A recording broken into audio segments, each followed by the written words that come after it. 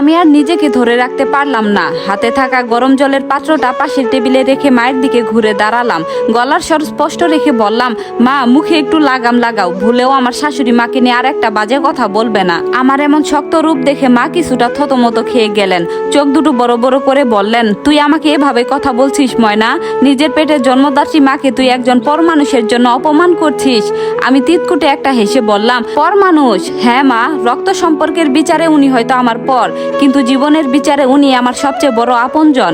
যে মেয়েটাকে তোমরা সামান্য খাবার খাওয়ার জন্য অবহেলা করেছ, টিফিনের টাকার জন্য যে মেয়েটা বারান্দায় তৃষ্ণার্ত চোখে দাঁড়িয়ে থাকতো, সেই মেয়েকে আজ বিসিএস ক্যাডার বানানোর পেছনে উনার অবদান সবচেয়ে বেশি। আমার কথা শুনে ঘরের ভেতর থেকে শাশুড়ি মা ও শ্বশুর মশাই বের হয়ে এলেন। আমার বাবা এসে দাঁড়িয়েছেন সেখানে। আমি মায়ের চোখের দিকে সোজা তাকিয়ে বললাম, এসএসসি পরীক্ষার পর যখন আমি কেঁদে কেঁদে তোমার পায়ে ধরেছিলাম একটু পড়ার সুযোগের জন্য, তোমরা সোজা বলে দিয়েছিলে মেয়ে মানুষের আবার পড়ালেখার কি দরকার।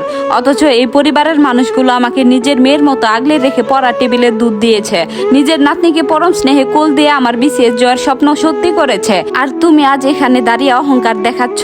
অহংকার তো বিদ্যা আর পদের জন্য হয় না মা, অহংকার হয় সততা আর সম্পর্কের জন্য।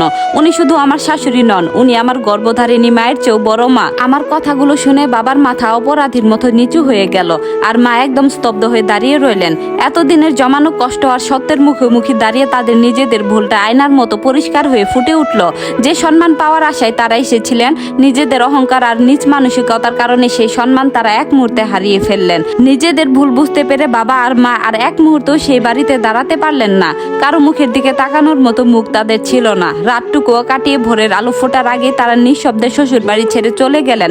আমি তাদের আটকাইনি, কারণ যে সম্মান ভালোবাসার বদলে অহংকার থেকে আসে, সেই সম্মানের কোনো মূল্য আমার কাছে নেই। কয়েক মাস পর গেজেট প্রকাশ হলো। সরকারি কমিশনার হিসেবে আমার প্রথম পোস্টিং হলো এক প্রশাসনিক জেলায়। তবে নতুন কর্মস্থলে আমি একা যাইনি। বিসিএস এর প্রথম বেতনের টাকা দিয়ে কেনা নতুন শাড়িটা শাশুড়ি মায়ের হাতে তুলে দিয়ে বলেছিলাম, মা, এই ময়না যত বড় অফিসারই হোক না কেন, আপনার পায়ে জল ঠেলে দেওয়ার অধিকার যেন আমার সারা জীবন থাকে। আমার নতুন শহরে আপনাকে ছাড়া আমি এক পাও নড়ব না। আজ আমি সরকারের এক দায়িত্বশীল কর্মকর্তা। জেলা প্রশাসকের কার্যালয়ে আমার নামের পাশে ঝলমল করছে সরকারি কমিশনার পদবিটি।